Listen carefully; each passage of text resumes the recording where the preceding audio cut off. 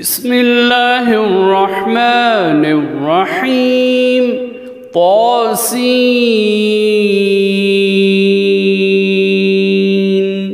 तिल्क आयातुल क़ुरआन व किताबिम मुबीन हुदन व बुश्रा लिल मुमिनीन الذين يقيمون الصلاة ويؤتون الزكاة وهم بالآخرة هم يوقنون إن الذين لا يؤمنون بالآخرة زينا لهم أعمالهم فهم يعمهون أولئك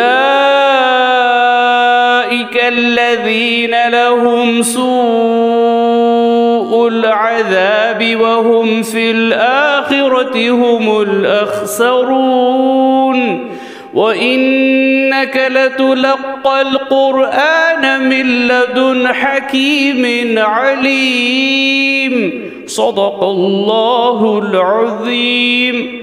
तासीन ये कुरान और वाज़ेह किताब की आयतें हैं और ईमान वालों के लिए हिदायत और खुशखबरी है।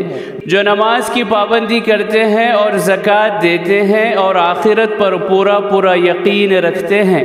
बिलाशुबा जो लोग आखिरत पर ईमान नहीं लाते, हमने इनके अमाल इनके लिए खुशनुमा बना दिए हैं, तो वो हक़ से दूर बैठते फिरते हैं। यही लोग हैं जिनको बुरी तरह अज़ाब होगा और वो आखिरत में भी नुकसान उठाने वाले होंगे।